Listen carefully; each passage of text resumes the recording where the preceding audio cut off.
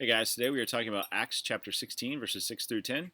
Yesterday, Andy touched a little bit on this passage while talking about verses 1 through 15 as a whole. And if you haven't watched that one yet, I encourage you to go back and do so when this one's over. He talked about how in tune with the Spirit Paul was, and that Paul had no doubt what was of the Spirit and what was not. And you were challenged to look at your life and see where the Spirit may be trying to guide you.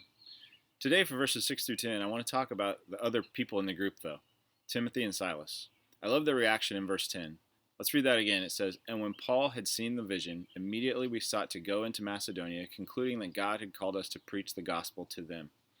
Notice that Paul saw the vision, and Timothy and Silas trusted him.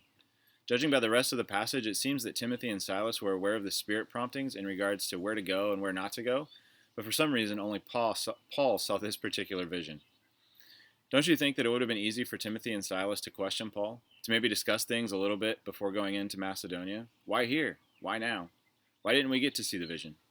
But they didn't. The verse says, quote, "Immediately we sought to go into Macedonia." Are we the same way with our leaders today?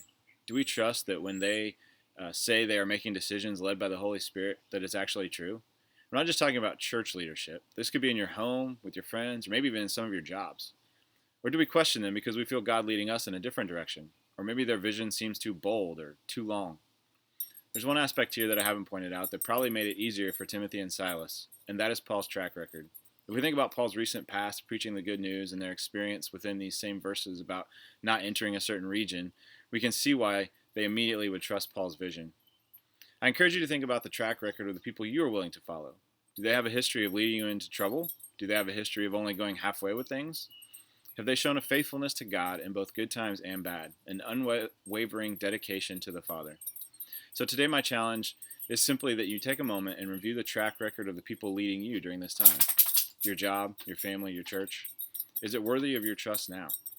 Spend some time in prayer, asking God to open your eyes to His plan for you through the leadership He has placed in your life. And then ask how you can be that leader for someone else. Have a great day, guys. See you later.